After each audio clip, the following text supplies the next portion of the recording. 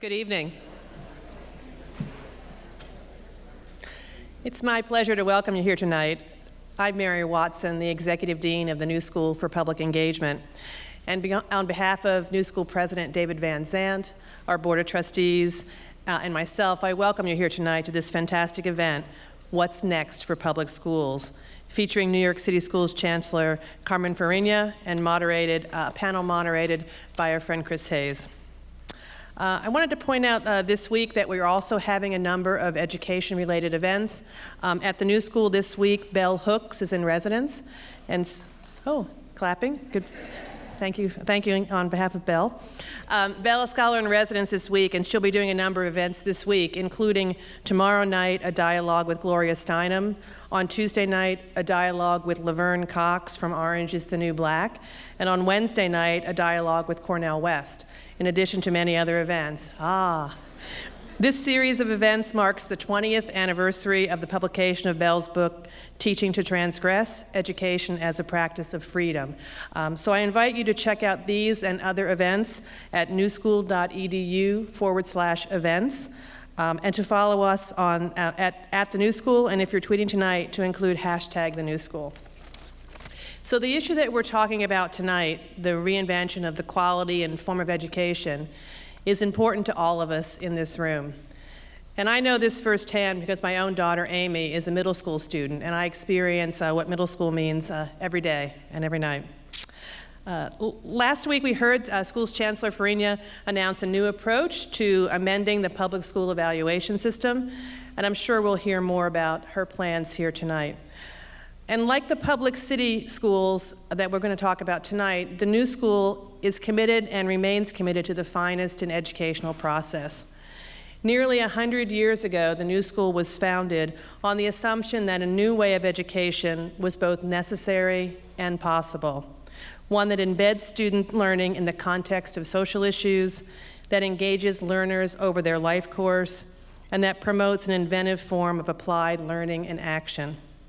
Now, nearly 100 years later, we here at the New School continue in this tradition, bridging the fields of design, social research, and the arts.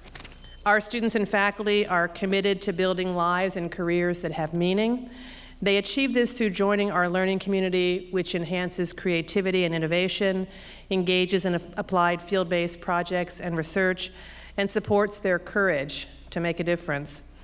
I like to say that our students at the New School are animated by the urgency of things that other people think are impossible. We're really fortunate to have them here.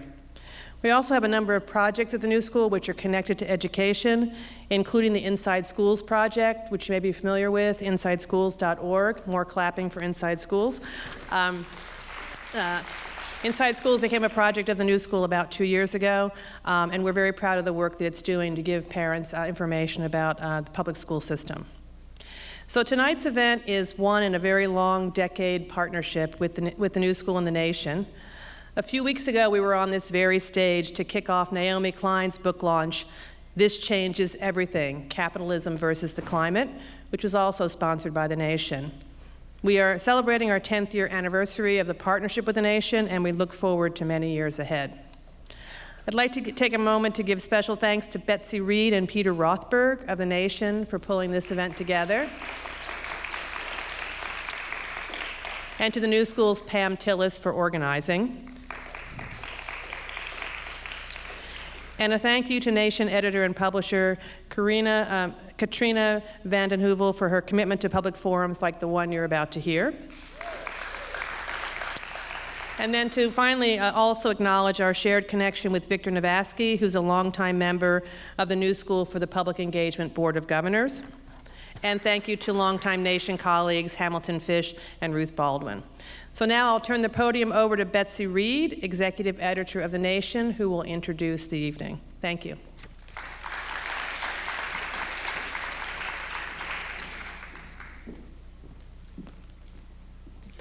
Hi, everybody.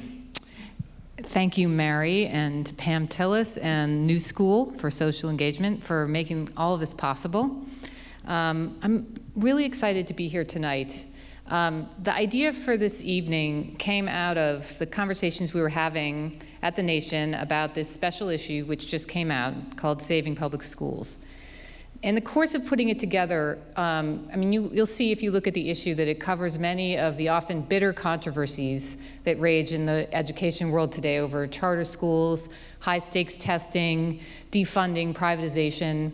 And when we were talking about the kinds of articles we were going to put in the issue, we realized that even our own conversations on the subject of education tended to be a bit defensive, to take a sort of defensive posture and tone. And, in a way, I would say that's understandable because there's so many attacks on public institutions of all kinds, and progressives, need to play defense. And after all, public schools and public institutions are our last line of defense, really, against poverty and inequality. But at the same time, it can sometimes feel that those kinds of intense controversies suck up all of the oxygen and don't leave us enough space to talk about what really works in schools, and not just what they are, but what they could become, what public schools should be. Because as progressives, we believe in social change. We don't want to be, there's certain kinds of market-based reforms that we're against, but we don't want to be anti-reform and anti-change. We want to put forward our own ideas because the system that exists does not work for everyone. It's unfair along racial and class lines. So we want to, also promote discussions of how things should be different. And to do that, to kick off that discussion tonight, I can't think of a better person than Chancellor Carmen Farina, who took over in this past January, running the biggest public school system in the country here in New York City. She is a veteran educator, over 22 years at PS 29. And I just want to tell one little story from my own life.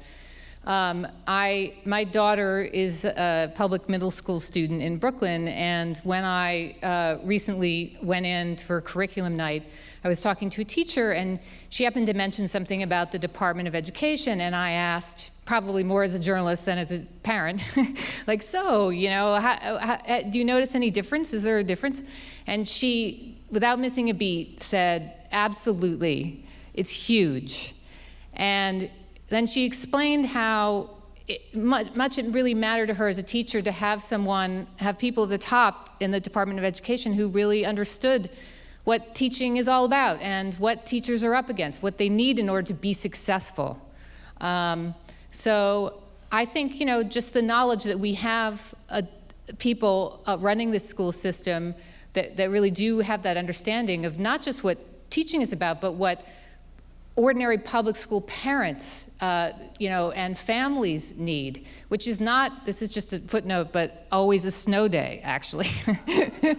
Because, we have jobs, and a lot of us, have jobs where you can't actually get paid if you can't, and you can't stay home with your kid. So anyway, on that note, I would like to welcome Chancellor Carmen Farina.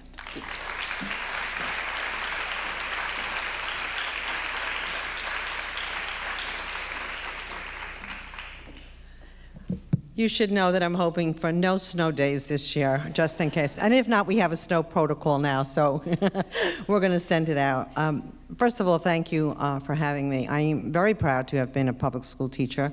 I was also a public school parent, and I think that instead of saying saving public schools is how do we maintain the best of the best, and then how do we improve those that need extra support? Because I don't think they need saving in the strongest sense of the word. I think they need support, and they need equity of resources and many other things. So that's really the point from which I'm going to start the discussion. First of all, I think one of the things that I'm very committed to is that people matter. It matters what structures we have to be successful, but more importantly, we need to respect the people that are going to be in those structures. And I think for too long, people haven't mattered. So that's really when we started looking at how we're going to change some of the things in terms of how we evaluate schools and also concurrently how we support them, it's how do we respect the people who know what they're doing and how do we sort of handle the people who may not know what they're doing, and it's a combination of those both. I think the other thing that for me, coming back to this job, that really convinced me to come back, is that I think for too long we have focused on any changes we thought that had to happen in schools, not from the point of view of what happens in the classroom, but for everything around it. What does the district office look like? What does this, supervisory piece looks like? And to me, to make real change in education and to improve education, it's what happens in the classroom. Do you have the right teacher? Does the teacher have the right materials? Is there the right number of kids in a class? All that matters, and all that sometimes we don't look at. We look at a lot of other things, but we forget that the classroom is the nucleus of everything that we want to do. So with those things in mind, we spent a lot of time, the last 7 months actually, visiting and talking to people from around the country on what might be the best way to start looking at our school evaluation and support system, because I don't think you evaluate without supporting. And I think for too long people were evaluated but not supported. And I think certainly for those of you who have heard Mayor de Blasio speak, his commitment to not doing any school closures also means that, but you still have to improve them. If you're not going to close them, how are you going? What lenses are you going to do to look at them, and then how do you improve them?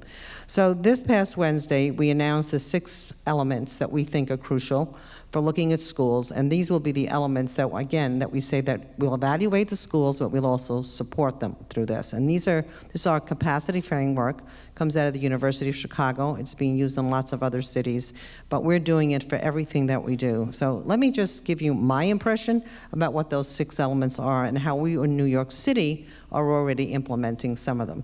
The first one is trust, and trust is kind of an ambiguous kind of word, and yet I think it goes back to what Betsy said.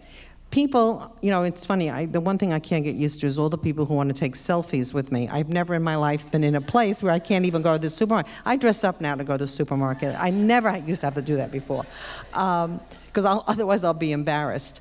But I think one of the things that I saw, and I believed in the depth of my being, that people trust me to do the right thing even when I make mistakes, because they know that you've been through the system, they know you've done everything in the system, and that trust is what I also want people to feel, whether you're a principal, a teacher, or a parent, that we want you to succeed. We're not there to figure out all the faults that you have. We want to see what you're doing right, and then how do we expand on what you're doing right. We want to celebrate your accomplishments, and we also want you to be able to be a risk taker. I can't tell you how many schools I visited in January and February where principals would meet me at the door, close the door, and then cry.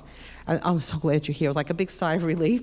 And then say, I probably shouldn't tell you this, but this is what I'm doing. And I don't want to hear leaders in the field say to me, I don't want to tell you what I'm doing. I want them to tell me what they're doing. And I also want them to tell me what they're doing if it's working, because it shouldn't be a secret for a select few people. So this notion of trust, I want the field to trust me, and I'm not saying that in a Pollyanna kind of way, but trust me that I say what I mean, and when I go visit a school, I'm there to support them. And right now I have visited probably close to 75 schools, and I had visited like 200 in my semi-retirement. So I know what goes on in schools. I'm not making these decisions from a high level. I also want principals to trust teachers and teachers to trust principals. We've got to stop playing the gotcha game. How many things can I find you doing that you're doing wrong? And I think trust also means that when you're working in this position, that you're on speaking terms with the head of the teachers union and the principals union, because they are the people who are going to help make it happen. And if we don't talk to each other and that trust isn't there, then we're dead in the water, and why be adversaries when we can be collaborators? So I think trust has that whole thing in it. The second one is effective leadership. And to me, effective leadership means a lot of things, but it means that the first regulation that I did, I think was probably within my third week on the job, is that you had to be a pedagogue for at least 7 years before you applied to become a principal. To me, this is a no-brainer. It's how do you make rules about what has to change in a system if you've never gone through the system? And I really don't get it. And there are a few people who actually were very upset because, 2 years is enough. Why do you really need to be a principal? Because I don't need a CO heading a school. I need someone who can walk into a classroom and really see what they're seeing for what it is, not for what it's not. And I think that's really important. Oh, Clara. Yeah. And I have to tell you, I look at inside schools when I want to know sometimes what's going on. So to me, I want to know, what did it look like to walk through the hallways? What does it feel like? What is the buzz in the building? So, effective leadership is important. To that end, also, We advertised for superintendents, and we're making sure that every superintendent that we put in the field, and that announcement will come soon, is going to be someone who understands leadership and understands instruction, and is also someone who can evaluate and support principals, rather than just come and make people's life miserable to fill up whatever boxes they fill out. The third one is collaboration. And it's not a small word. Collaboration means we know, and Randi, I would just say, New York City is the best urban system in this country. And it is by far, for many reasons. But one of it has been that what I've always been impressed in New York, and particularly in my little area of the city, which is Brooklyn all my life, for my 10 years at the Upper East Side, that people care about other people's kids. They really do. And I think teachers also care about other people's kids. And yet we haven't allowed people to collaborate and share good ideas. And one of the first programs that we put in place was something called Learning Partners. And Learning Partners is where we actually put two schools together to work together. And now each of those two schools has created, which was supposed to be a triad of 3, and now principals tell me, but Carmen, we added a 4th person. So what started off with 12 people is now, well, we thought it was 73, but the last time we counted it was like 76, and probably growing, because people want to share good ideas. And collaboration also means that in the new teachers contract, that we're actually giving the extra money to teachers who are opening their doors and sharing their ideas with people outside of their own building. Teacher leaders share within their own building, master and model teachers share with teachers outside their building. And we have a tremendous amount of cross-pollination, and that's what collaboration is all about. And if you as a principal have figured out how to help your struggling students, well, you know, by all means, give that away. At one time, people did not share those ideas, because God forbid somebody else would get a letter grade higher than yours. Well, now there's no letter grade, so maybe people will get with the message. Number 4, which I think is really important, is family engagement. You know, for too long, parents were considered as an aside, or, you know, if your kid wasn't achieving, parents didn't care. I hate that. Well, parents didn't care, or, you know, parents don't speak English. Well, you know, because you don't speak a second language, you don't speak English, doesn't mean you're brain dead. And more offensively, I think people who speak a second language are way ahead of the game, because in today's global economy, 2 languages is actually a good thing. So I always consider myself bicultural as well as bilingual, and I think it helps me to be able to look at things from 2 sides. But I think family engagement has really taken front and center role in this administration. I have been to just about every part of the city. I do a town hall meeting every single week. We have now added CEC presidents' meetings, and we do them on Saturdays because we think it's important that people go, and we do it at Tweed for an hour and a half, so that people have a chance to be heard, but also that we can do the follow-ups in ways that matter. We have instituted all-day parent conferences, and we were very successful last year, and this year we're actually adding all of them at Tweed. We want people to think of Tweed as the people's place, not the place that you go to when you're in trouble or something isn't working. So we have all-day middle school conference, elementary school conferences. I think also for family engagement, the new teachers contract has given us an extra 40 minutes per week with parents, and we're putting together a handbook on how it could be used. But I have to tell you, already principals are emailing me. One principal said to me that because she wanted to make sure the connection with parents was intimate, that every teacher in her building has a brown bag where they put all the kids' names in the brown bag. And every Tuesday morning, she takes 4 names out of the brown bag. How many of you are teachers or principals here?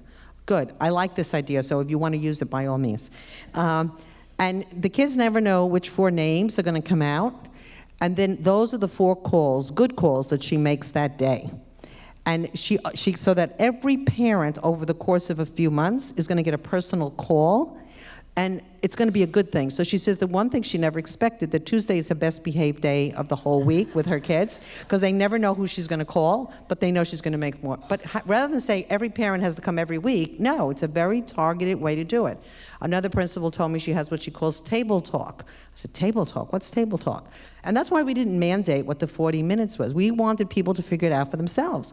She says, you know, I wanted the parents to know what kids are doing, so every Tuesday, I have a different table of parents invited to come in and talk to us. You know, you look in schools, you have usually, 4 to 6 kids at a table.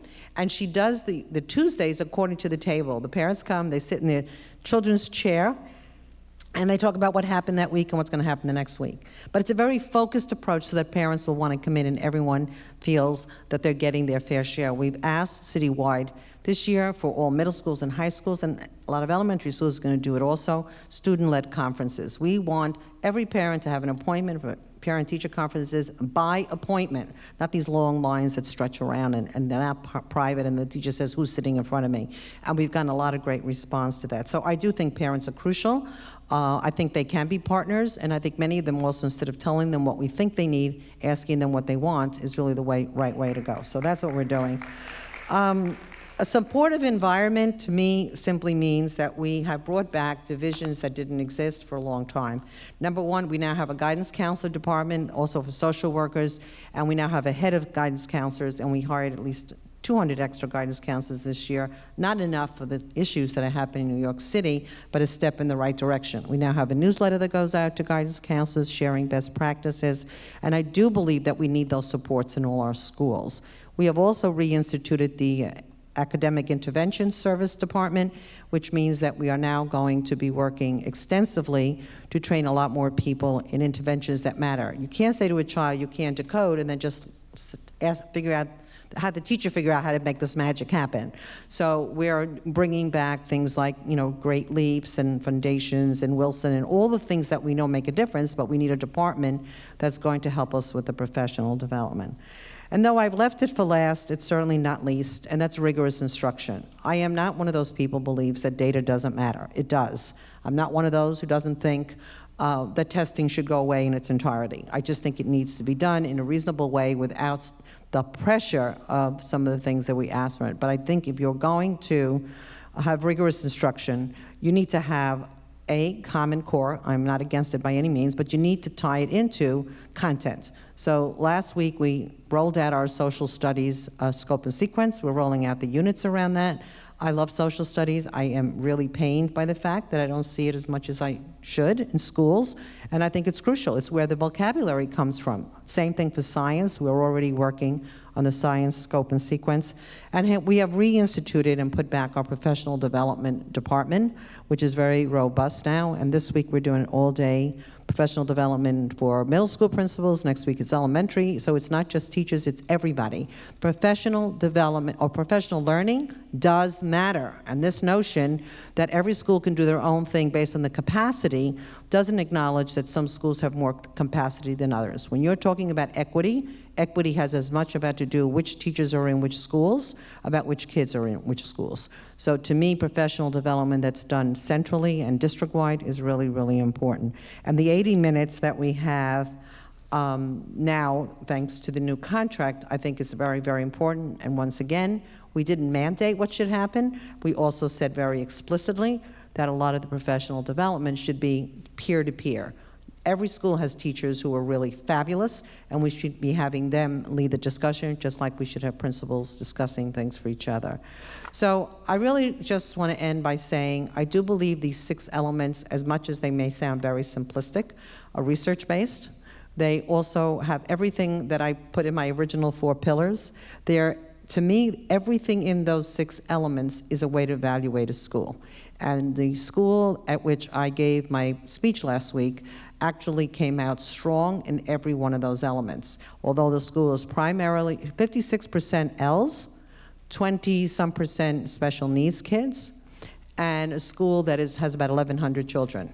But the principal over time has done the most amazing job you can imagine, and it's a school I'd be proud to send anybody to, and that's what we want to do. Highlight these schools that are beating the odds, making sure we give them the support they need, and Bernadette Fitzgerald, who's the principal there, was the first learning partner school, because I think we have a lot to learn for what's happening there. All our kids need to succeed, and more importantly, all our teachers need to teach in schools that they value, and all parents need to feel that the schools value them as well.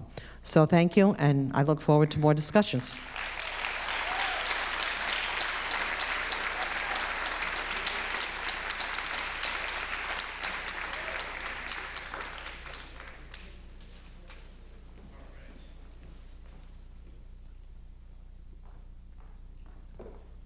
Now you guys file in here.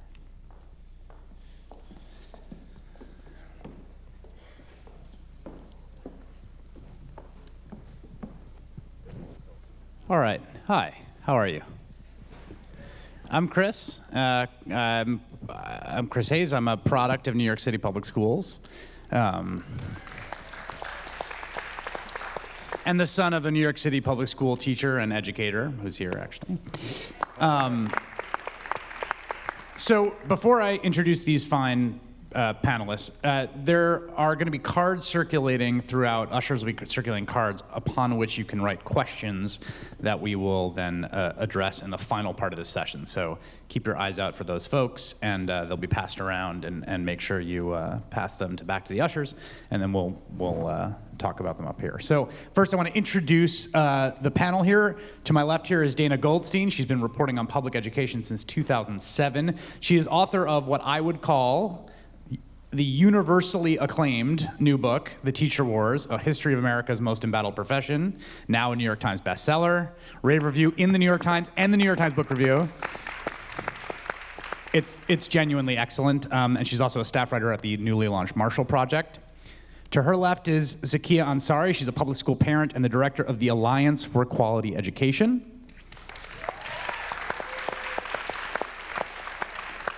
To her left is Pedro Noguera. He's the Peter L. Agnew Professor of Education at New York University, was elected to the National Academy of Education in 2014. His most recent book, Schooling for Resilience, Improving the Life Trajectories of African American and Latino Males, was recently published by Harvard Education Press. And on the end there, Randi Weingarten is the president of the American Federation of Teachers. Prior to her election as AFT president, Weingarten served for 12 years as president of the United Federation of Teachers, AFT Local 2, representing approximately 200,000 educators right here in the New York City public school system. So I want to start with a very, very, very fundamental basic question, because I feel like when we talk about the teacher wars, which is Dana's term, which I use a lot now because I think it captures the way in which discussions around domestic education policy can feel like Israel-Palestine sometimes. They have this just tremendously polemical sensation to them.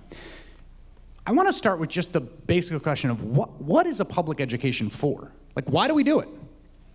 Why go through the trouble? And what are the goals of it? And let me just briefly lay out 4 possible answers to that I think sometimes are not mutually exclusive but float around. All right? So one is we have a public education system to produce the next generation of workers. Right? People are going to need to go out and they're going to need to make widgets, or they're going to need to code websites, design wind turbines, all the different things our economy requires. And a public education system is the system by which we impart the skills necessary to go out and do these valuable things in a market economy. So that's one possibility. The other possibility is we have it to create citizens. That fundamentally we're a democracy, which requires self-governance. Self-governance requires a certain degree of awareness, curiosity, literacy, and knowledge. You can't have people voting their own leaders unless they know something about what's going on. And so as a core part of the democratic project, we have public schooling so that we could produce citizens. Another goal, another reason we might say we have public education, is for the social purpose of producing some kind of equity or equality. That public education is a mechanism, particularly in a society that is far more market-driven and far more inequitable than other countries, say in the OECD, that public education is a system that we have, that we use as the means by which we guarantee some bedrock kind of equity, and we close other kind of social gaps that spread throughout the system. And then the fourth reason we might say that we have public education, to me this is a question about why we have education at all, is just to create human beings that reach their full potential, that to create autonomous, self-possessed, curious, capable, competent, flourishing human beings who enter through the world with knowledge and questions and a kind of soulful openness, if that doesn't sound excessively poetic. And I think all of those things are things that the most affluent, privileged parents look for when they are going to pay a lot of money for a school. Right? That's something, even if that sounds a little ridiculous in the context of public education to say like, well, how will this shape the souls of these little things? That's actually what parents think about a lot, because that's, the teacher's gonna have your kid more often than you do in a given day. So with those 4 possibilities, and those are not exclusive, I'd be curious to hear what you guys think about just this basic question. When you think about what is public education for, how do you think about it, Dana? Well, thank you, Chris. I'm honored to be on this particular panel. It's very wonderful to be here. I actually want to start with the last thing you said, because the original 19th century conception of what our public schools would be moral training grounds. It wasn't yet really about the idea of the child as the future worker, or necessarily about closing what we would call today achievement gaps. It really was a very waspish Protestant vision of the child as a moral being who needed guidance in order to become a responsible adult. And the teacher was an almost missionary figure, almost a religious figure, and that was the way it was talked about by people like Horace Mann, who's considered the father of the common schools movement, which flourishes in about the 1830s and becomes our public school system. So all of those things that you mentioned at certain periods have been the main way public education is talked about. But really, if we go back all the way to the beginning, it is the idea of creating a moral person. And how much do you think, in the kind of waxing and waning of where those goals are, that goal is now? Completely undiscussed. In part because, let me put that aside. For good and bad reasons. Well, let me put it aside for 1 second, because there has been a push around character education and these ideas of grit and resilience and some of these catchphrases that are discussed very often. But they're often discussed in the context of what the child will need in the workplace later on. I think the idea that the teacher or the school system is imparting a moral education is controversial, because what might be your moral education and my moral education are different. And of course, our school has lost its veneer of Protestantism. And one of the things that motivated the common schools movement in the 1830s was Catholic immigration and this great anxiety about diversity. And if we were going to become a diverse nation, the idea that we needed to make sure we were Americanizing kids into one outlook of what a good moral life looks like. And this is all ideas that we're very uncomfortable with for many good reasons today. What do you think, Zakiyah? When you think about what it's for? I think I would go probably the last two, right? So to me, equity always stands out in a really strong way, because a lot of the work that I do is around equity. So it's equity in funding, equity to access, like all these things. And so as a Black woman, and knowing the history of, our people, like I think it was Frederick Douglass said that education is the one thing that no one can take away from you. And knowing that there's so many things that are taken away from our communities over and over again, to be able to create in those little beings, as we talk about, as you mentioned and acknowledged, something that no one can ever take from them, that they can use and make the choice to use in the right and productive way. It's just extremely powerful, but it really goes against the grain of this country, really, and about really pushing forth people of color, Black people specifically. And so it is that deep for me, having 8 children, and 3 grandchildren now, of like that equity and really looking at my children, looking at children that look like them as valued. And, whether we like it or not, if you don't have education, often you are not looked at as someone who has value, right? And I'm not college educated, but that doesn't mean that my experiences or me not being college educated doesn't mean I'm not a valued person. And I think what we see a lot in a lot of things that's going on in the community, period, in regards to Black as well as people of color, whether it's police brutality and the whole host of those things, goes to value and the need to value them, their lives, as something really powerful and where they should be respected. I want to return to this idea, because this idea that you naming those last two of those 4, equity and this sort of sense of self-possession or autonomy or a sense of self in some profound way.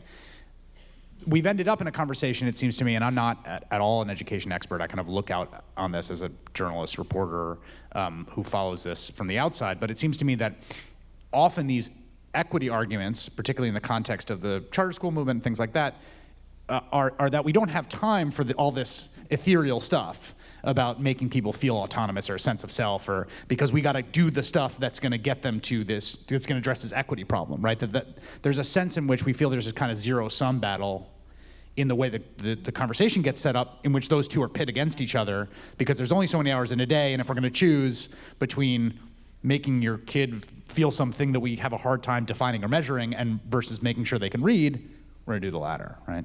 Yeah. There's always someone out there, especially in this quote-unquote reform movement, that thinks they know better or want it more than the people who are most impacted by the struggling schools, the communities, et cetera. And that can be nothing further than the truth.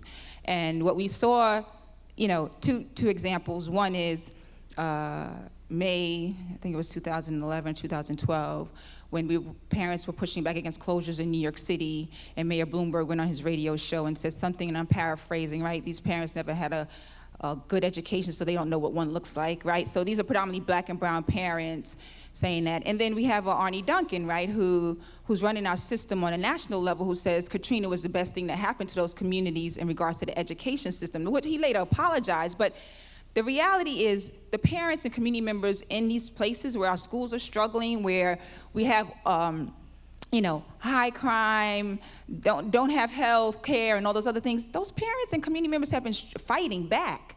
But unfortunately, their voices are never the ones that are put out front, which is why, one, I'm glad to be on this panel, but two, my passion comes, and education is so important, because then it allows you to understand that you not only should you, it is your right.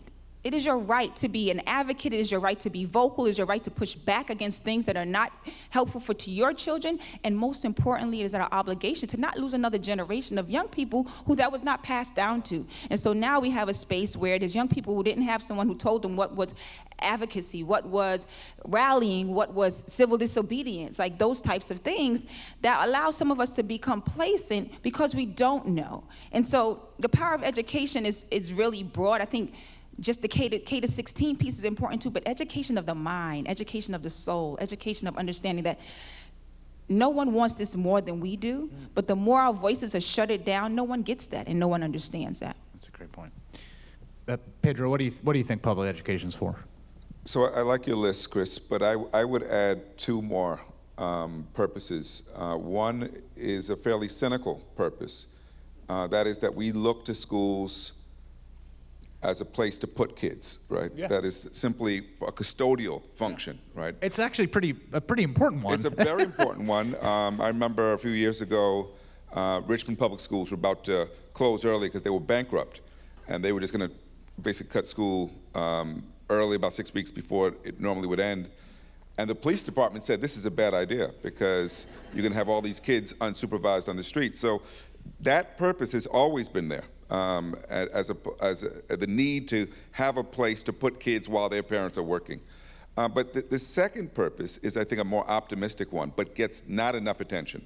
And that is we look to schools and to education more generally to solve the problems that the next generation will inherit, right? Yeah.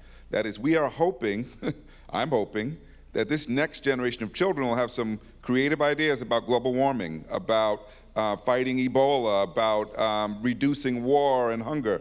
But that kind of education is a different kind of education, because it's not simply about mastering skills that the previous generation learned and is transmitting to you. It's about developing the critical thinking, the creativity, the ability to problem solve. And sadly, the space for that kind of learning does not, I think, children, particularly poor children, don't get that opportunity sufficiently in schools. Yes. So, I think maybe you and I have been on too many panels together in the last few weeks, but it's all of the above, which is part of the problem. Right. Because what we're asking, so, I these days try to get to, okay, what are the three purposes of public education? And so you go, I talk a lot, and several of you have heard me. I mean, the democracy purpose is pretty important, but so is, in terms of societal purpose, it has all of the above in terms of both the custodial purpose as well as attempting to figure out how to actually, help all kids succeed and reach their potential. So we're very philosophic when we're on panels like this talking about the rhetoric. The economic purpose is the one that you're seeing so often these days, where some of us are talking about how do we help kids critically think and problem solve. All kids really learn resilience not as a soundbite, but because everybody trips and falls. And the kids that succeed are the ones who actually know how to have the skills to get themselves up. And so that's different than character. Persistence and resilience is different. But building relationships and trust, the trust that Carmen was talking about. So I often go to the ditty of building relationships, critical thinking, persistence, trust, and not taking the joy out of teaching and learning, because kids learn through so many different avenues, and music and art and physical education may be the vehicle by which some kids learn. But what has happened in the last 10 years with the market fixation has been also the economic and the factory fixation.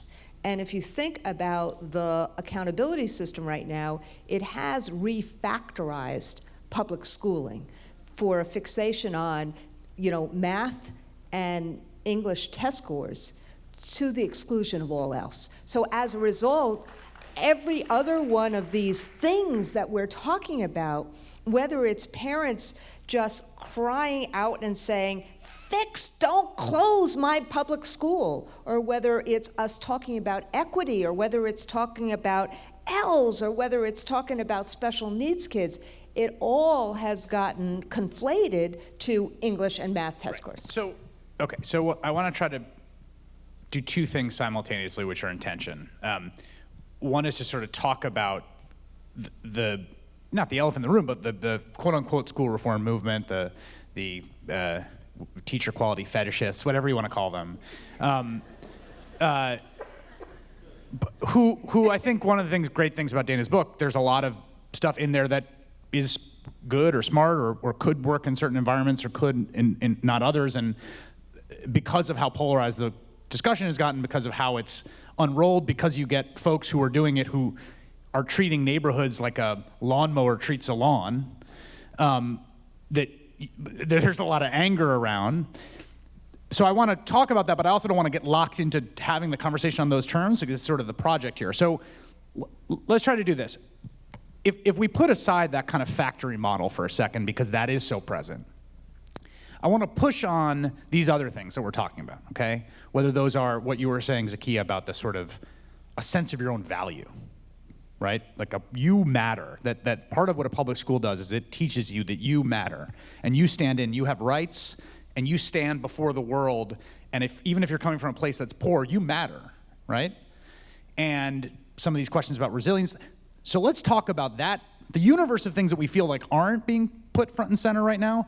How would you go about, in some rigorous sense, implementing that? Because as you said, it's like, yeah, we can talk about self-possession or a sense of self, and then it's like, well, I can measure literacy scores and whether I do it well or not. How do you begin to craft a system that actually valued that, prioritized it, and implement it in some way that was recognizably evaluatable? So can I just say something that may sound really stupid, which is private schools do that all the time. And so what private schools do is that there is a certain body of knowledge that kids need to know. I don't mean this to sound jargony, but that kids need to know and be able to do. You need to know a certain amount of mathematic knowledge to be able to solve math problems. But the difference between the Common Core and not talking about Common Core testing, but Common Core, and remember on your show once I said, okay, this is one of the standards of Common Core, is that it was actually patterned after the Japanese lesson study to actually help kids learn how to think through math problems at even early ages, rather than be math phobic or just memorize math. Right. And it's really hard to do that transition, particularly for those of us who are math phobic. But there's also, in terms of literacy, how can you, and Carmen said it before, you have to know how to read in order to know how to learn. So, but there are certain basics in terms of reading, including decoding. So, but if a teacher doesn't know, and you're looking, because I use that word on purpose, because what the hell does decoding mean? A lot of, some people will say it means something in technology. No, it's a piece of how kids learn how to read when they kind of deconstruct words. Mm-hmm. So if a teacher doesn't know how to do it, or kids don't know how to do that, we need to get that support immediately. So let me make sure I'm understanding this, right? So what I'm hearing from you is that there are ways of producing standards that are achieving these sort of two things simultaneously a bit, right? In which the model is achieving this body of knowledge through a method that also builds some of these things that we want kids to have in a more kind of poetic sense or a more human sense, which is not being math-phobic, being uncowed by things, feeling like you can attack a problem, feeling like you have confidence in yourself as a learner, all of these other... Exactly. And so you can actually take, whether you're taking math, whether you're taking literacy, whether you're taking science, whether you're taking social studies, whether you're taking music or art, there are certain skills in terms of a child being able to feel confidence, being able to problem solve, being able to critically think, having some resilience. There's ways that we have all learned to teach this work and to create enough support so that kids get to these skills, but they don't all learn in the same way and at the same time. And the reason I started by saying that in private schools, people have figured this out. In public schools, you can see all sorts of scopes and sequences that Carmen Farina and people have about some of this. But we don't dig down in terms of how do we make sure that there's a basic set of skills and knowledge kids need to know, and then make it a lot of fun for them. Let me just say this, because I would be a hypocrite if I didn't. I'm encouraged, because when we start thinking about, okay, well, how do we create this kind of a system?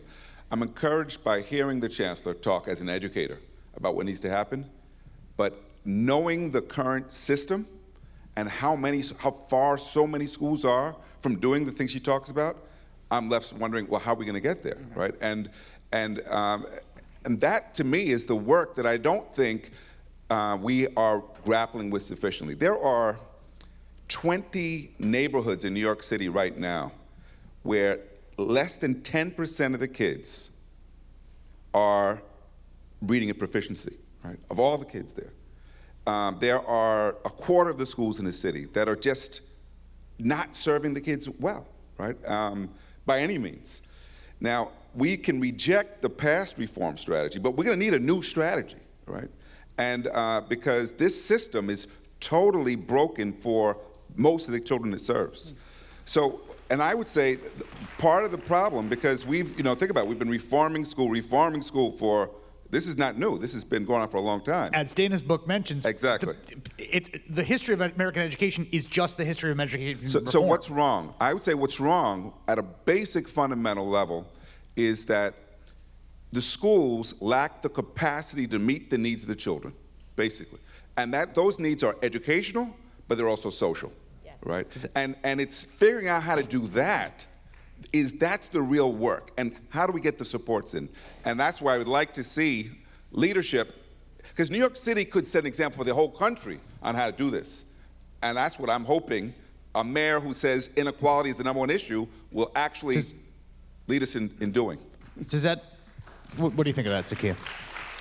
No, I agree with Pedro that the world is absolutely watching what's going on here. But I think also in addition to that, one is culturally relevant curriculum, right? So kids don't just read that the first time they know about their people was slaves. Like when do we start talking about all the amazing things that black folks did, that immigrants did, that we raise it up and hold it up. So, but what we've seen around the country, whether it's in Arizona and or Jefferson County most recently, which is that, we don't want kids to learn that there was civil disobedience and unruliness because people were pushing back against bad things back in the day, right? We want to strip them out of textbooks, right? Or, take away curriculum that talks about Latinos and the commitment and what they did for this country. So we are moving in an opposite direction of what education should be, right? And at the same time, on a federal level, we're talking about the lowest 5% must be closed. And who's in those lowest 5%, right? And they get labeled as failures, and we label the public school system as a failure. And so what do you expect outcomes? Those kids sit in those schools over and over again, and what they hear is that if you don't pass this test, right, we're failures.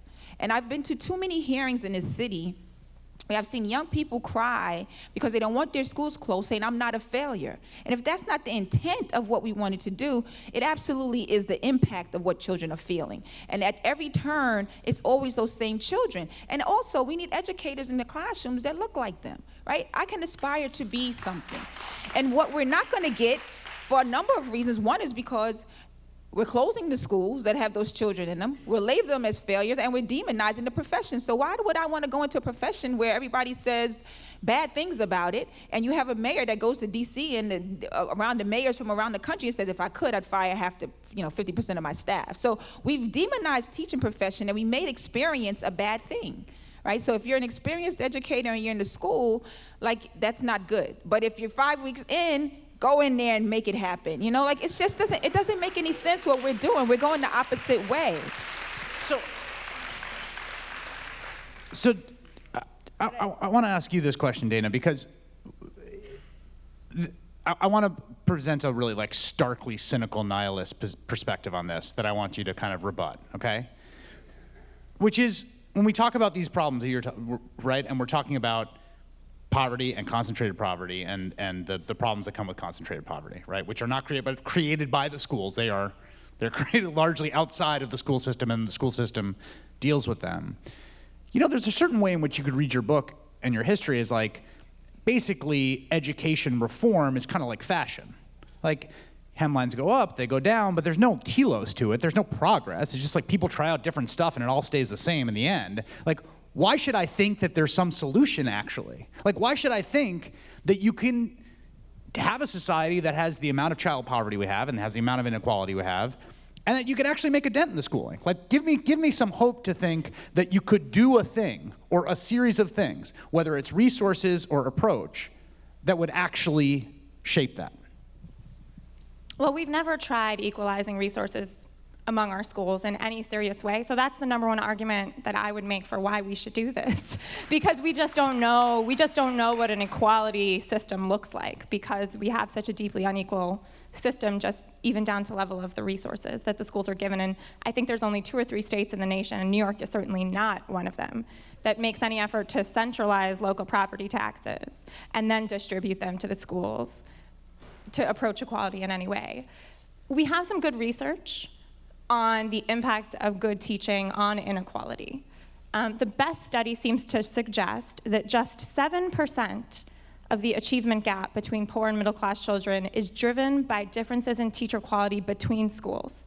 7%. All of the rest of the current achievement gap is driven by factors other than the individual teacher, whether it's the segregation of the school, the fact that the poverty level is so high that the adults in the building can't seem to get out from under the social work responsibilities of the school to get to the academic level. And then even stronger than that, it's the socioeconomics of the family.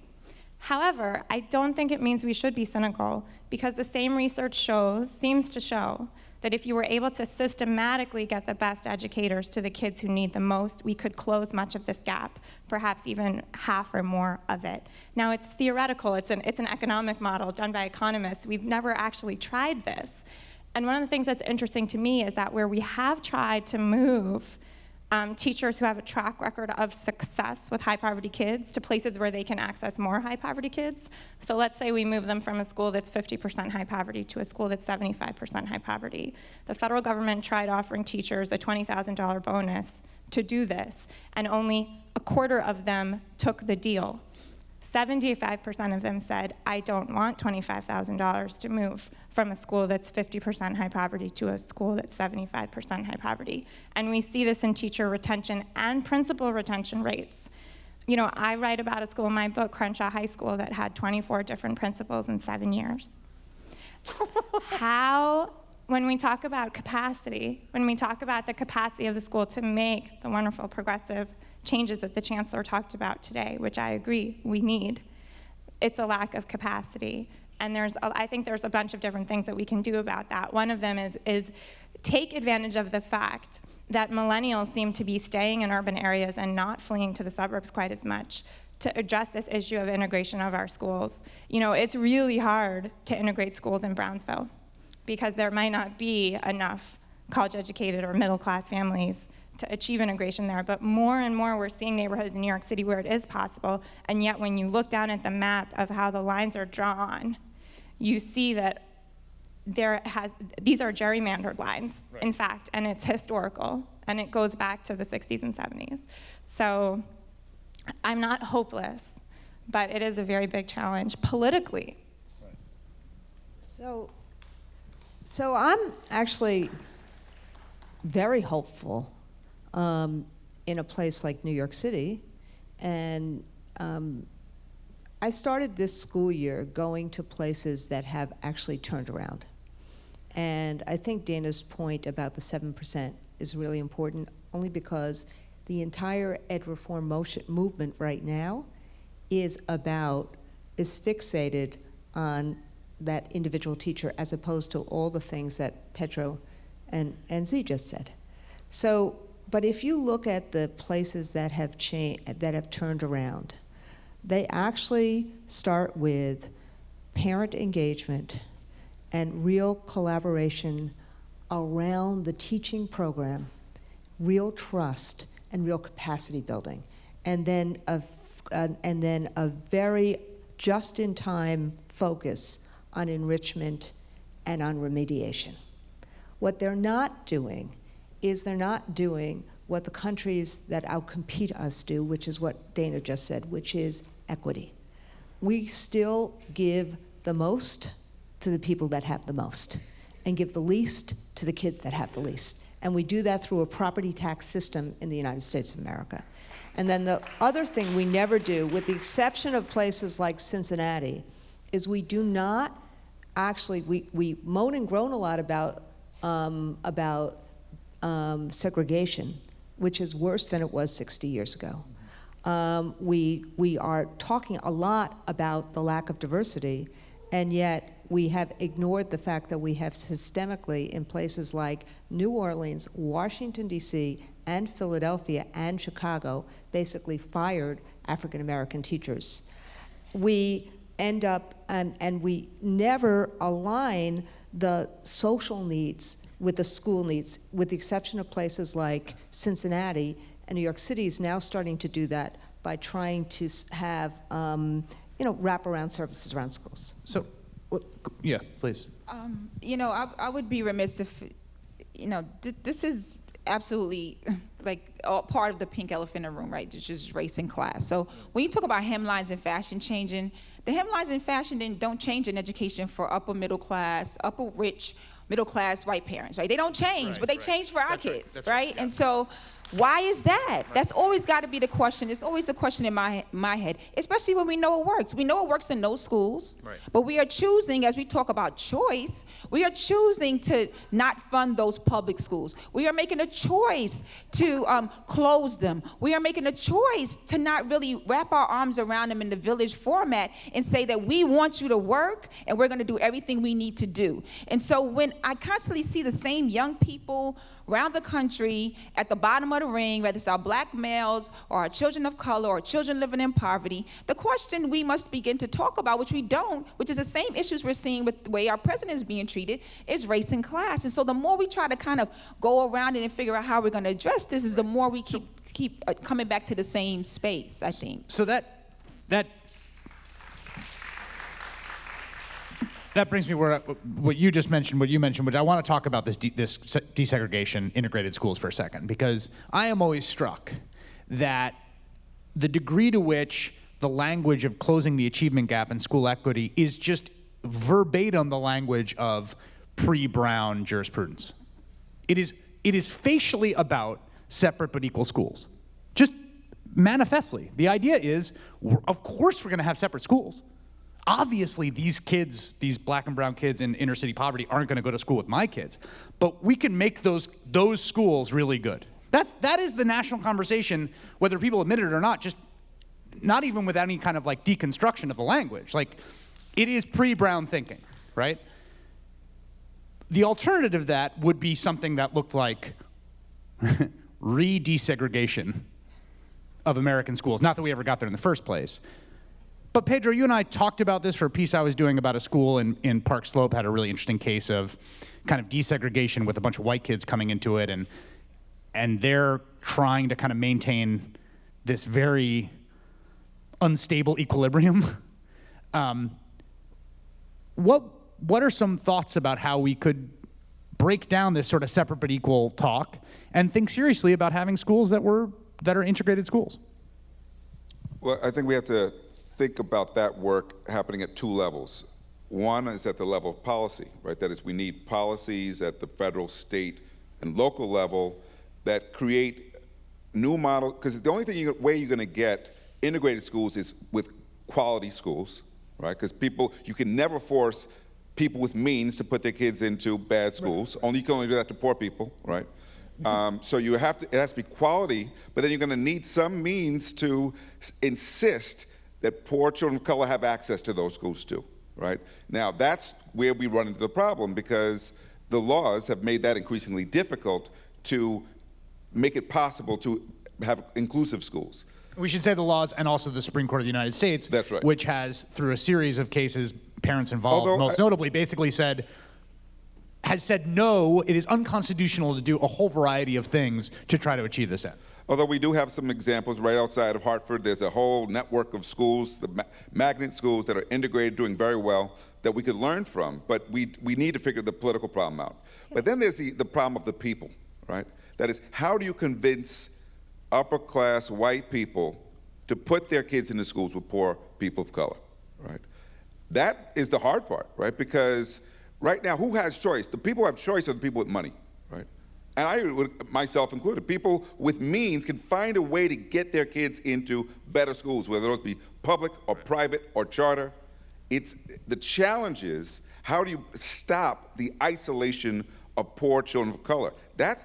And that's not simply about policy. There's never been a policy that will force parents to put their kids in. And that, I don't know what it's going to take. I know that we found out there was a listserv in Park Slope of, I don't know how they created it, but it's basically of affluent white parents, right? That they let them know, we're going to take this school, right? And they kind of mobilize on a school because they want to go in mass to the school because they don't want their kids to be isolated, which might be understandable in a certain way, but who's in those networks and who's not in the networks? Right. And how do we make sure that the schools will serve all the children and not just some of the children? And these are if we pretend that this is going to just take trust to get this solve this, I think we're being naive. Can I share, why does an integrated school is the only place you get a good school? Right, to me, that's at the core of what I'm trying to get at. And so, because that brings other issues, right? Because now you got a gentrified community and the people that live there can't live there anymore, right? So at the core of what I'm trying to say when I talk about race and class, like just the thought that if it's all black children or all children of immigrants or kids living in poverty, that those schools can't be okay, and that we need to bring white people and more affluent people in our schools to make them right. At the core, that's wrong. At the core, it's wrong. But isn't right? that is the pre-Brown logic, right? I mean, the pre-Brown logic was you can achieve separate but equal schools, right? I mean, but there was also, but if we look, this is also a housing pattern issue. There's a lot of other issues going on. It's an economic development issue. There's a lot of issues going on, and we need to actually have a strategy about integration. But separate and apart from that, going to Zakiyah's point, let's start with great neighborhood public schools for the kids in neighborhoods. And let's start with also in a system that's as big as New York City or Philadelphia or Chicago, you can also have multiple pathways. So you can have a choice system with CTE schools, career tech ed schools, with magnet schools, with other things. But if we continue to, as you said before, like with a lawnmower, just bulldoze neighborhoods, close neighborhood schools, instead of figuring out the strategies to fix them, then what are we doing to parents in communities that are living in those communities? We have an obligation to really fix neighborhood schools, to make them places that parents want to send their kids to, that kids are engaged, that educators want to work at. And when you look at places like in like Lowell or Lawrence, that's what they're trying to do. And so I would love to solve every one of the social economic issues of our times. But we can't if we don't actually start thinking about what are the strategies. And Dana named them, and Pedro has researched them as well. Why are we not actually funding and managing the strategies we know will work to make sure we can have more and more and more great neighborhood public schools? So what's the answer to that? Like, why aren't we? No, I'm serious. I mean, austerity, because what you saw, Chris, and I'd be curious as to whether Dana agrees or disagrees with me, the level of polarization that started, think about this, it started in New York City and in Washington, D.C. with the advent in these two places of mayoral control. And all of a sudden, there was a war on parents and on the school teachers and on the administrators who actually were trying to make schools better. And it was as if there was this shift of accountability that the only accountable entity was the individual teacher closest to kids. And so instead of talking about the strategies, so you saw that in New York, you saw the polarization increase, and then in 2008, with the recession, you saw this huge advent of austerity-based policies that justified the polarization.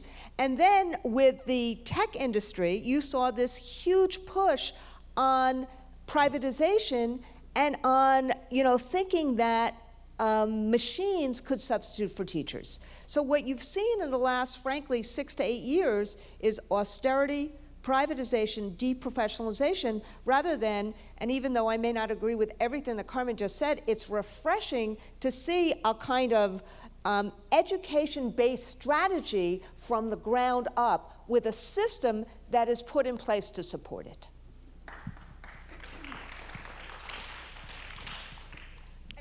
Just one thing I would add to that is that historically it goes back way further even than since mayoral control. I mean, I'm often asked to reflect on the influence of corporate philanthropists on education, whether it be Bill Gates or Eli Broad or Mark Zuckerberg in Newark. One of the things I point out in my book is going back to the 19th century, whether it's railroad tycoons or steel tycoons, to Silicon Valley today. In each generation, corporate philanthropists become interested in education, and for a lot of good reasons. They're invested in the next generation of workers, and that's positive. It's not something to discourage. However, they bring the ideas of the private sector with them and attempt in each generation to impose it on the schools. And the ideas we have today, measuring teachers using student test scores in particular, they're not new. They were attempted in 1905. They were attempted again in the early 60s. There was another little burst of this, again in the 1980s after A Nation at Risk, the report that the Reagan administration produced. It's always the influence of the private sector on the public schools that brings these ideas to the fore, and they fail in generation after generation after generation. So the combination of the austerity budget policies with the bringing in of ideas that are not research-backed, it's unfortunately perennial. I mean, I would add also, again, this has been a learning process for me the last 14 years of organizing. And I remember in the beginning, people used to always say, follow the money. I never understood what that meant. Like, follow the money, follow. I was like, what do you mean, follow the money? What are we following money? Whose money? Oh my Where'd goodness. it go? If it hasn't been, if I don't get it now, I will never get it, right? And so I just think, again, what I learned is that education and healthcare are the largest budgets, right? Not only locally, but federally. We live in a capitalistic society, so I heard. And those who have money want more money, right? And many of the folks who are, the Waltons of the world, who also don't want to pay their workers a living wage, right, are kind of privatizing, or kind of Walmartize, whatever it is, our public education system. The Bill Gates of the world, who will give a posse scholarship, but at the same time will fund something else that dismantles public education, right? So, the list goes on and on. And so that money piece has been a real major player in this, and really understanding that Race to the Top helped to label our public schools as failures. right? So it created this kind of environment of a system that we've already described up here as being sick and needing life support, as not the system kids need to be at. And so now that it was sold as, in the school that historically, let's do something like a District 19 or District 23 in Brooklyn, historically had been equitably funded for many, many years, have become breeding grounds now for those folks to make money off of our kids. And so you got messaging coming from the federal government, you got deprofessionalizing the profession, now leaves you open to the charter world, right? And so let me just say, my son had went to a charter from K to 8, and now is in a traditional high school. My mother's 7 children went from K to 12, traditional public schools. So I've been he was in the charter school. But if we don't acknowledge, like, I'm not willing to give up, I hope no one is willing to give up the public school system, right? Because I think what Betsy said is what I always said, and so it just warmed my heart to hear her say this. How do we envision public schools, not as they are, but how we know and how they should be, how we want them to be? And that's not the conversation that those folks want to have, because when we have that, that means the focus, which it should be, comes back to the majority of children in this system is a public school system. And it also raises up those children who are in those successful charter schools that are out there, but it allows us to have the conversation about the ones that aren't there, and the ones that are not transparent, and the ones that are not accountable, because guess what? It comes back again. The connection is those dollars are being drained from the same public schools that cannot offer art and music, AP courses, in schools like Philly where they don't know nurses and our children are dying because it's not a full-time nurse because you can't afford it, but yet you spent $1 billion on charters, right? Or $1 billion deficit in Detroit because you closed over 300 schools over the last 10 years, and what do you expect, right? So there's been a total de-emphasizing of public schools as something that's a good to people, and the privatizing part of it is something that we all need. And if anybody knows, and many of you are much more senior than I am, have seen the change and know what it's like to be able to have, to see what happens when things are privatized and when they are public. One of those real key things is, I think what we're seeing now is a lack of community, parent, and youth voice in anything that's happening, because we are the public, and so when you make it private, you're not part of that system. I'm always amazed at, just from a reporting perspective, like the scope of the size of the education reform industrial complex. Like, there's just so much money out there, and not only is there so much money in there, it's very funny to me. I sort of am bemused by watching people that I know, respect, feel, I think are very well intentioned. Like, there's a certain progression you will see from people of a certain kind of educational background and socioeconomic class in which they sort of like, they start out as sort of like, I'm going to go and solve the problems for the schools as teachers, and then they end up in that world because, like, yeah, if you can choose between being a teacher who is, like, you know, culturally degraded and reputationally assaulted and doesn't make a lot of money, or go be doing one of the people engaging in the reputational assault and make 3 times as much money, like, that's a better gig than actually going to some poor school every day with kids with lots of problems and trying to teach them. Like, yeah, that's an easy choice. I'd go to go make 3 times the salary telling people what to do. And there's just a huge amount of money and incentive to move into that sphere right now because there's just so much money in it. But this is what's so remarkable about this last September or October is that even with all of this, there's this huge disconnect between the elite and everyone else. Because if you look at the poll results from the last few months, over 60 to 70% of parents want neighborhood public schools, love their teachers, want them to be well funded. And so the basic things that people want about public education, have always wanted about public education, you see that in neighborhood after neighborhood, community after community. What you don't see is the connection with policymakers or with the elite who are much more into that industrial education complex. Yeah. And that's what's so, it's so, I'm watching activists on the ground up fighting policymakers and the elite to get back and reclaim our public schools. So Dana, can we talk about the psychology here for a little bit? Because, like, I did a lot of reporting on Wall Street for a book I wrote and for other stuff. And so I have a lot of sources on Wall Street, people who work at hedge funds and stuff. And every single one is on a charter school board. I mean, but uniformly. I mean, really, like everyone is on it. It is the thing to do. It's like you go to the hedge fund and then you pick what charter school board you're going to go on, and I'm not even saying this as a joke. I just say a descriptive fact. Like, what is the deal with that? What is going on socially, psychologically in the fact that the culture of finance has really decided that this is the thing that this is going to be their avenue of philanthropy. This is going to be. That's so easy to answer, because if you're the type of person who's attracted to work in a field that's driven by competition and a field that's driven by lust to out-earn, I'm trying to say this tactfully, because I have many people in finance in my life, but the catchphrases and the real meaning of things like competition, accountability, and choice are appealing to you.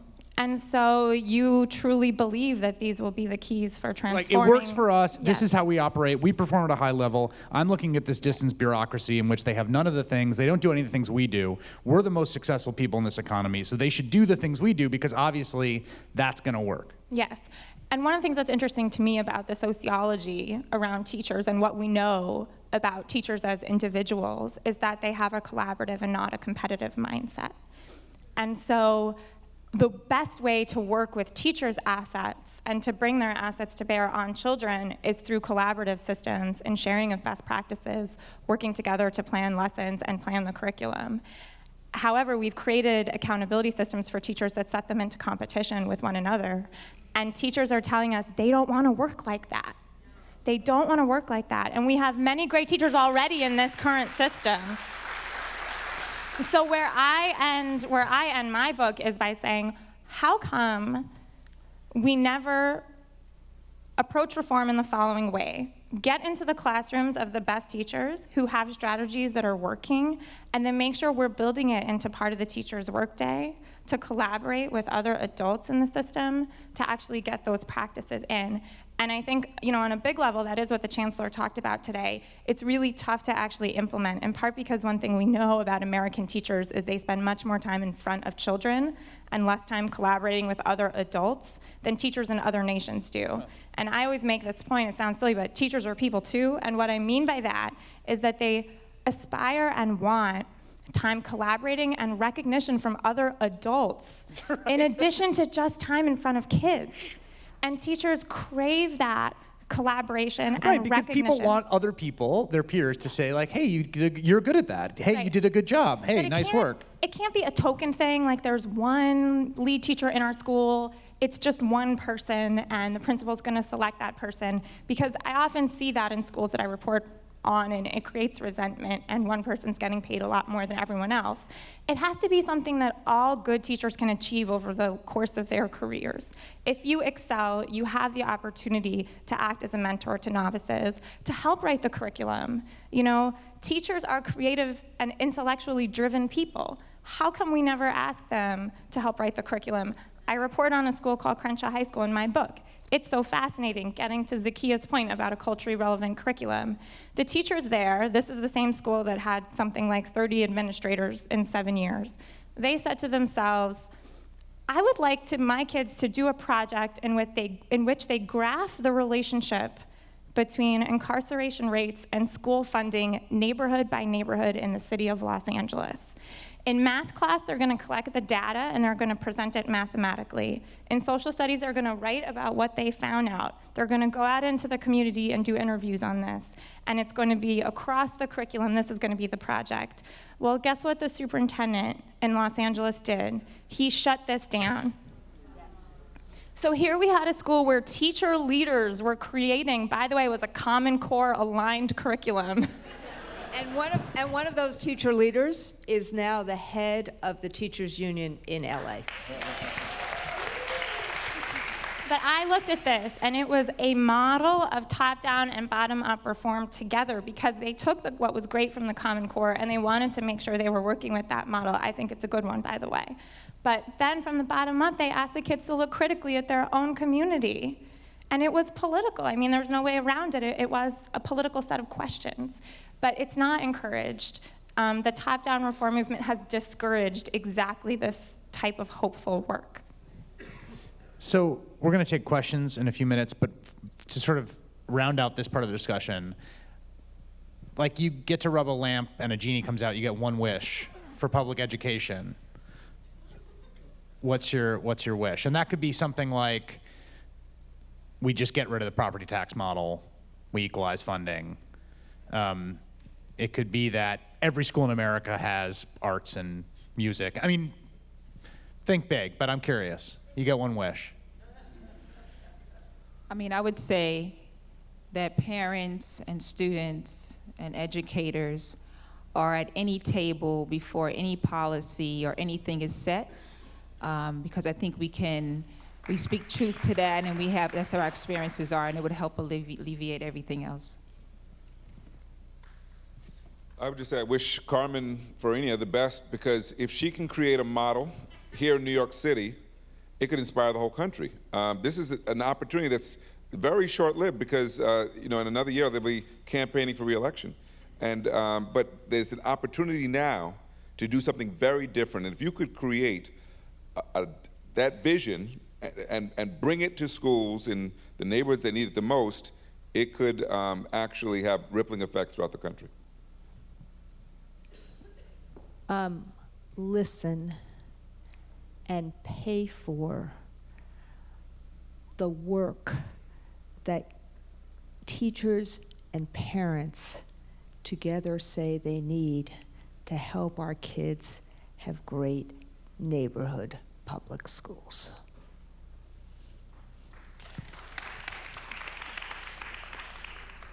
I would say just start with a vision of what good instruction looks like. We know what it is. It's critical thinking, asking the right kind of questions, not questions that have one right answer, but questions that have potentially many right answers. Start with a vision of what good instruction looks like, and then create the policies to replicate it. All right, well, let's move on to some of your questions here. What are we at? Too early? No, well. You want to hear your own questions, right? Okay, I'll read these. All right, first question here. I think, Randi, I'd like to hear you talk about this. So the question is, how do you plan to engage with grassroots organizations who have been actively addressing inequalities in our school system? And I'm thinking about the fact that there's been really interesting alliances between teachers and parents. We saw in Chicago particularly, both around the strike, but also the school closings, which I don't know how familiar people are here in New York with the Chicago school closings, but it was a brutal fight. And there was tremendous activism. Nice work, Hayes. These were in the best order according to Peter. So I have to. What are you gonna do? There was tremendous organizing and tremendous activism that was neighborhood. And I should tell you this: if you go down to those neighborhoods in Chicago where they closed those schools, which are largely on the south and west side, and you just talk to people, which I did recently when I was down there reporting, I have never, ever in my life heard the level of invective and rage towards an elected official that just any random person on the south and west side of Chicago will deliver towards Rahm Emanuel about those school closings, ever in my life. It is astounding how furious people are about that. And that was a place where there was a lot of, collaboration between teachers and activists. So Chicago gets a lot of the print about this emerging collaboration and alliance between parents and teachers, but it actually started right here, and Zakiyah is one of those. When she says she's been working in this for 14 years, we actually started in New York City with CEJ and with all sorts of other alliances, and started in places like the South Bronx, where we worked together to create a real lead teacher program, where we fought for equity, and where a whole bunch of us got arrested over and over and over again because of the Campaign for Fiscal Equity case, which Bob Jackson actually walked to Albany with. So you saw a huge shift in New York in the where many of us wanted to really heal the the scars of Ocean Hill-Brownsville. And now what's happening with, we have something we call the Alliance to Reclaim Our Schools, which is a little bit of, the AFT is talking about, like Betsy was talking about, how do you reclaim the promise of public education? But the Alliance to Reclaim Our Schools just had a meeting in Washington a couple of days ago, last week or so. There were over 50 cities and districts represented of parents and teachers together with community groups about what are we going to do both nationally and locally on these kind of issues. And the focus right now is on how do we create community schools and wraparound services, both nationally and locally, to deal with some of the issues that Pedro raised. Because given social immobility, given that half our kids in public schools are poor, how are we going to deal with social and emotional and economic issues? And the other issue, which Z talked about already, is charter accountability and transparency. In terms of, okay, if some folks want to have their nice little projects of charter schools every here and there, and we run 2 of them, how can you make sure that they are accountable in the same way as other public schools? How do you make sure that they're transparent in the way of other public schools? And how do you make sure that other public schools don't get drained out of resources so some people can have their little new silver bullet or silver project? So this next question is about funding. It says, we are down $1.2 million per school after the draconian budget cuts ending in 2007. Shouldn't pushing to reinstate the pre-2000s budget be the first step to achieving equity? We're still way below the high watermark of pre-crash when we're just looking at funding, and that's particularly true in a lot of states I've covered that are red states, where the funding cuts have been so drastic the Supreme Courts in those states have rejected them as being unconstitutional under the state's own constitution. This is happened in Texas and in Kansas. So I think Randi talked about the Campaign for Fiscal Equity dollars, and I think Robert Jackson, I think he's here. But as a parent, he's back there. As a parent in 1993, 1993, when he was a parent, he put on his, I don't know if they were Converse, but they looked like they were high tops. And he walked to Albany, right? Because him and Michael Rebell said that filed a lawsuit against the state. They weren't meeting their constitutional obligation for children to have a sound basic education. So as we talk about the market crashing, I'm fast forwarding 2007, Spitzer was in office and he put this unprecedented amount of money, I think it was almost $6 billion into the Campaign for Fiscal Equity. We saw it for 2 years and we began to see improvements in schools. Market crashed and then all of a sudden we don't have any money.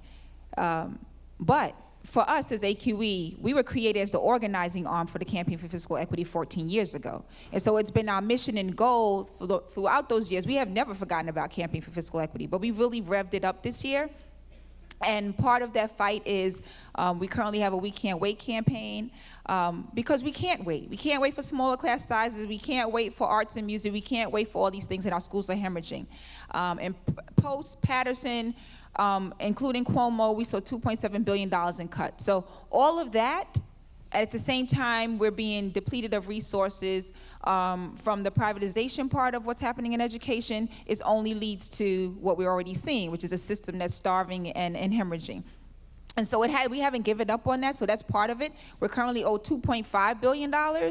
And so we're pushing in January in Albany is what we do with that whole crazy budget dance that we have to do all the time. But it really is about engaging everyone in this conversation about equity and really funding public education. And if that wasn't enough, right, the very people that crashed the market are the same ones that are trying to disrupt public schools, and they're richer than they were before, and they're using that money to do what they need to do. So it's a crazy world we live in.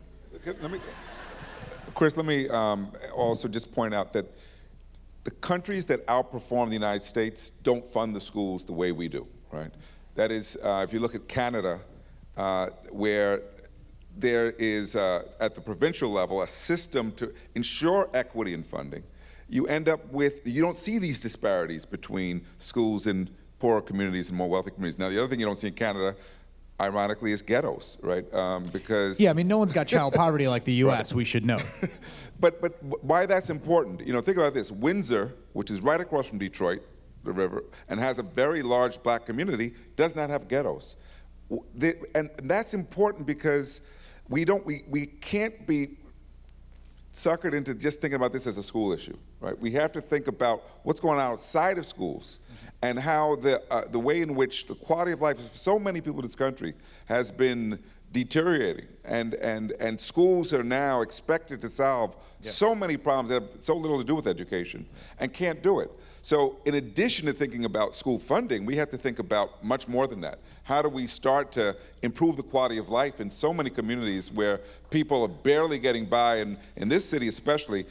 Just think alone about the burden in terms of housing and transportation on poor people who cannot afford anymore to live in New York. I see license plates of people from Pennsylvania, commuting from Pennsylvania to work at low-wage jobs in New York City to keep this economy going. We have to think about this in a bigger way. So one of the places where you have some of the most contested elections right now in the gubernatorial elections, Pennsylvania, actually, unless something happens, actually. Wolf is going to win. Yeah. But it's the number one issue is education. And it's not simply the starving the schools in Philly, then relentlessly criticizing them and marginalizing and demonizing and all the little ditty I talk about a lot, but it's that it wasn't just the schools in Philly and Pittsburgh who were starved. It was that all those budget cuts in the suburban areas meant huge increases in property taxes because people wanted to support the schools. And so you see that the number one issue in Pennsylvania is school funding. In Michigan, in Wisconsin, in Florida, where it is neck and neck, the Republicans are really the issue that they are losing on is all on higher ed funding and K-12 funding, because there is something going on in the country about how people get that the ravages of the recession, combined with marginal dollars going to testing and test prep and to getting ready for the Common Core, as opposed to anything else that was going on in schools, it's really created the hemorrhaging that Zee was talking about. Yeah, and I would add one more. Add that in a lot of states, though, the differences between Republicans and Democrats are on education. They can't see them. Right. I mean, remember Rahm Emanuel Right, is as a policy. theoretically a Democrat. Although I would say That's why I picked those three states. and I would say that there's a little bit of a That's why I picked distinction those states. in partisan difference on the funding question at the state level, where there tends to be a fairly clear line, at least in election years. The other state I would add to that is Kansas, which is a Exactly. fascinating story. Fantastic. Kansas State Supreme Court, Brownback came in, cut the schools a tremendous amount while giving tax cuts. Kansas Supreme Court rejected the school funding as unconstitutional. Brownback kind of used all the sort of normal tactics in this kind of campaign, went to war against the teachers union, and we went out and did reporting on this. And one of the things that's fascinating is that in Kansas, a lot of the kind of like gross racial politics of this issue aren't as present there, right? So it's harder to code in Kansas the teachers and the teachers union as these others that serve these inner city. It's like, what are you talking about? It's Kansas, right? This is not some, like, you can't play these kind of very insidious racial politics that have been played very successfully, I think, in places that have big cities with big city teachers unions, which means what you know it means. And so there's been a very interesting kind of heartland backlash that's been happening in Kansas around the demonization teachers and the funding. And Brownback is actually losing that race in the most recent Right. polling. And education is the top issue there by far. You just mentioned core, which brings us to the next question. Do you see Common Core as the answer to closing the achievement gap? Dana, I'll begin with you. I think it might be able to help, but it's definitely not the answer, in part because it's being implemented very poorly in many places, and there's not funding often attached to it to retrain educators in working to these newer, more rigorous standards that are a big leap in many states. Can you explain what Common Core is actually for folks? How many people here feel like they have a very good grasp of what Common Core is? That's atypical. That's selection bias because you showed up on a Sunday night here. But for those that didn't raise their hand. Yeah, Gallup polling shows you guys are outliers. Yeah. So the Common Core was driven by a coalition that included the national teachers unions, governors and state education departments in many states, and was largely funded by private philanthropy. What they did is they created pre-K through 12 curriculum standards, as distinct from a curriculum, but standards, so what kids should be able to know how to do more than the specific books they should read, for example, more skills-based. And it's just for English and math, although it has certain implications that would reach into the sort of adjacent subjects like social studies and science. And then they went from state capital to state capital and tried to convince state legislatures to vote to adopt this thing. And additionally, originally something like 47 states said that they were going to do this, and now some have dropped out. Yeah. Are people aware of the kind of right-wing backlash against the core? That it's become a No, I know that. I was going to get to that.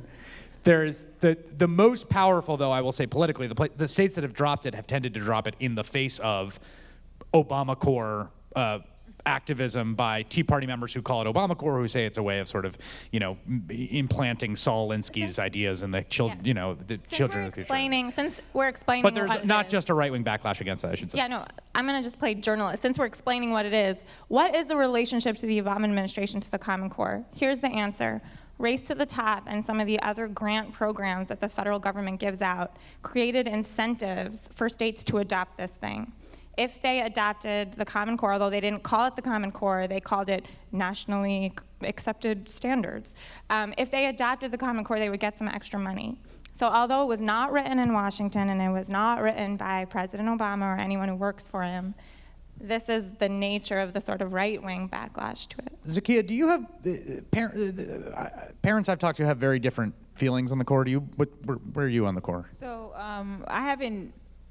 I'm open to learn more about Common Core. I haven't thrown it on the bus like many folks. The implementation, all that stuff was just horrible, horrific, and caused my son tremendous trauma of having to take this ridiculous test. But the test, now right? Yeah. So explain. Right. It was the quickness of it. So the core's adopted. The core's connected to high stakes testing. Right. To make sure that the people are hitting these standards and. So before the Common Core came out, because we're a statewide organization, we often meet with the commissioner and things like that. And before it even happened, I was like, Common Core, what is this? I said, well, you're going to need to educate parents on what this is, or else guess what's going to happen? You're going to get a backlash. Oh, we could put out a DVD. This is when Steiner was commissioner. No, DVD, I'm telling you, is not going to work. Don't go DVD, right? And so over the 3 years before, 3 years literally before it came out, it was like constant, like if you don't, if we're not getting training, if we don't know, if we can't be able to acknowledge and articulate what this is, we're not going to accept it. Because once again, it's another thing that's being put on us and not including us in it. So fine, it didn't include us in the beginning. That was a problem, right? Creating it in the first place. But and now that you have it, if we don't understand it, the first thing you're going to get is pushback. Hello. That's what you're getting, right? But what I've heard from educators, specifically black educators that I trust, is that it is something that could be extremely helpful in things for our children, especially children of color. And so that's the reason I haven't given up on the standards. And let me be clear, in the beginning, I didn't even know the difference. I'm not going to say I'm embarrassed because I'm not, but between the standards and that the implementation piece of it, like people have come to think of Common Core as high stakes testing on weird questions. Once I was able to kind of split it down the middle and realize, yes, this implementation was horrible, crappy, shame on them, should have never happened. But the standards, there's something more there. Then that leaves me open. And that's what, and unfortunately, it's just like a charter conversation. There's no gray area in some of these things. I think Common Core is one of those. It's either you're for or against it, and the charters is the same thing. It's like, we don't want to have any conversation in here about critiquing either, what it could do, because maybe it was something we don't agree with. And because, maybe it is because of the charter conversation, I'm always in the gray area.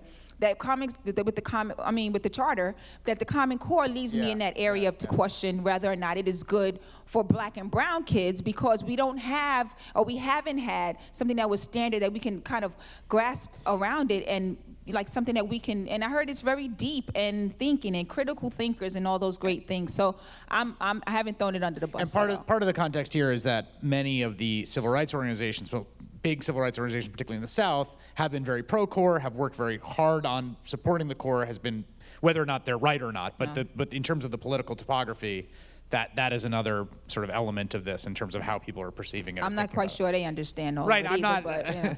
I'm not saying they're the final So- word, just as a descriptive matter. So I am a supporter of the standards and think that the implementation connected to the testing will doom them, period, the end. And the problem is, and so last year, a year and a half ago, when we saw that first Pearson test, which was ludicrous, even though you can't actually see it because there's a gag order on it, but people whispered about it. So Will you explain what is that test?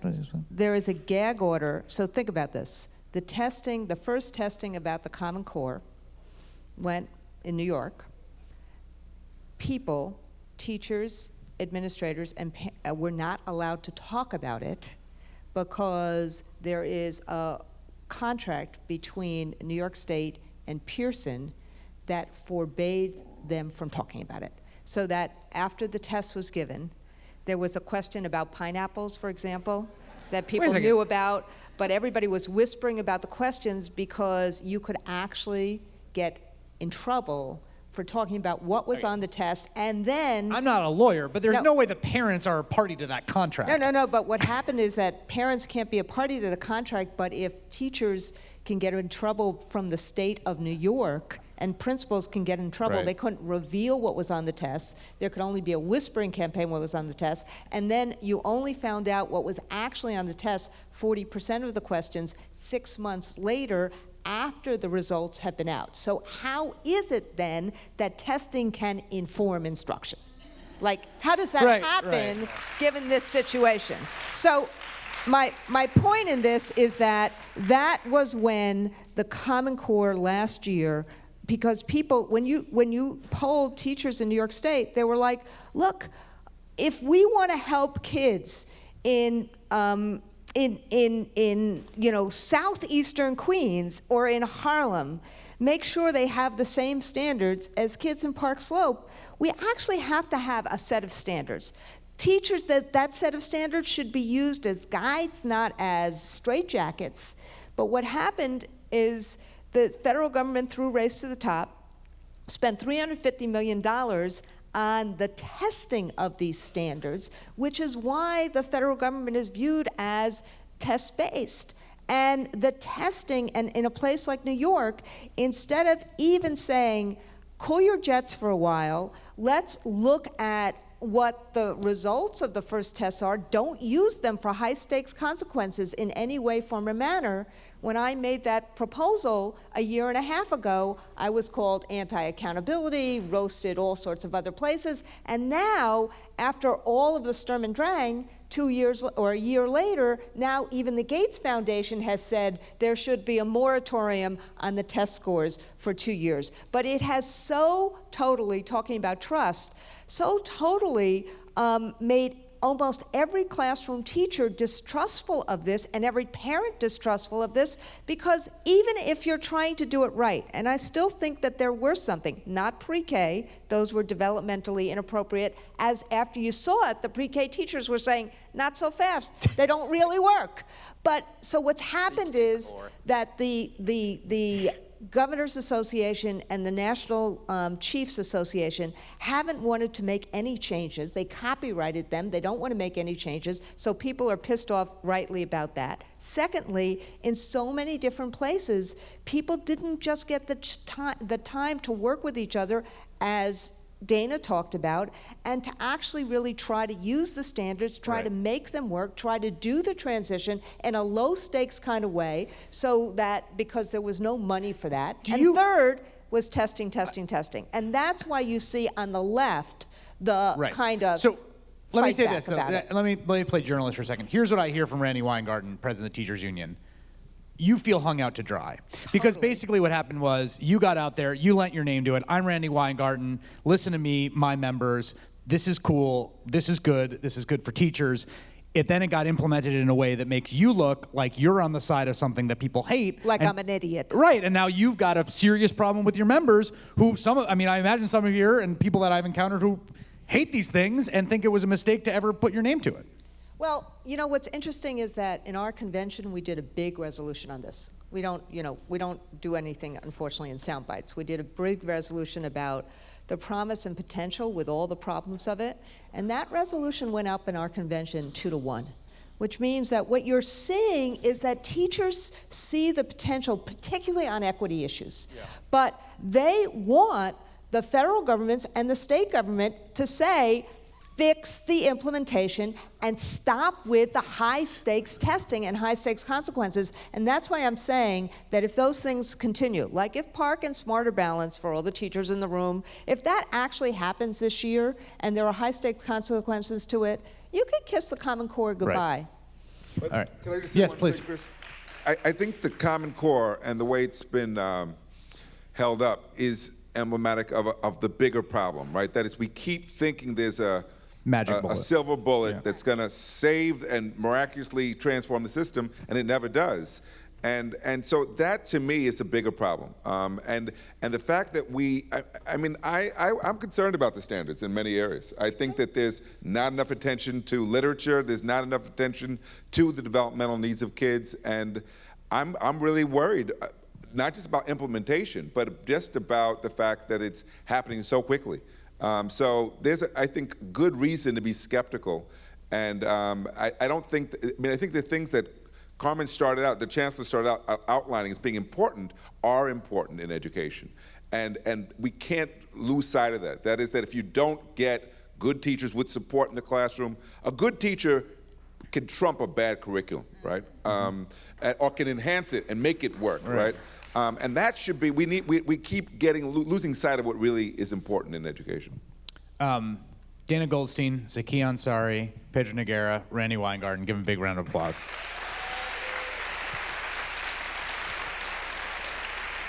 Thank you very much for coming.